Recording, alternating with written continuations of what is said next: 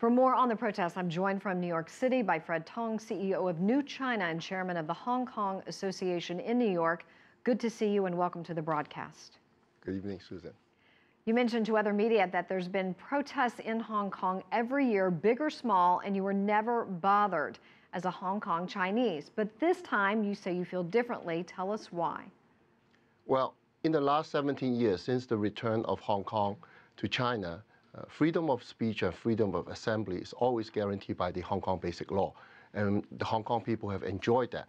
The demonstration could be large or small, and sometimes, a lot of times, are anti-government. That is fine.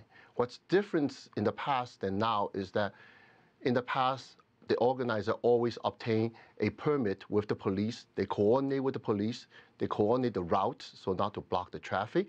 They inform the police in sort of starting time and ending time and the duration so that they can exercise their freedom. There's still skirmishes, but small skirmishes. But this time, the organizers choose not to cooperate with the police, and they occupy the street and they block the traffic.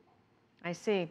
You were raised in both Hong Kong and the United States, two places that value freedom and democracy. What do you make of the Occupy Central protest, and why is it called illegal?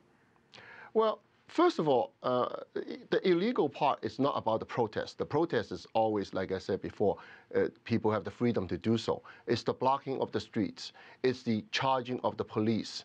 It's in case there's any criminal activities. And when we say criminal, we're not talking about protesters.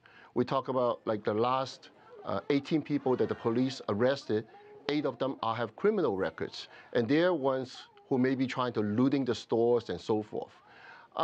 Also, before this happened, a couple of months before, 1.5 million Hong Kong residents with their ID cards, ID numbers, stated they signed petition and asked the people not to hold this Occupy Central movement.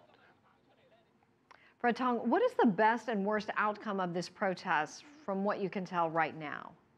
Well, I think luckily, Mr. Benny Dai, Professor Benny Dai, the founder of the Occupy Central movement, actually called for next Monday the clearing of the streets for government workers to go back to work. Hopefully soon, then they will clear the street for emergency vehicles, and maybe then it will clear all the streets. The protests can go on to express their opinion, but we need to clear the streets so that people can go to work, kids can go to school, elderly people can go to hospitals, seek medical help, and so forth. Fred Teng, thank you so much for your time. We really appreciate it. Okay. Thank you.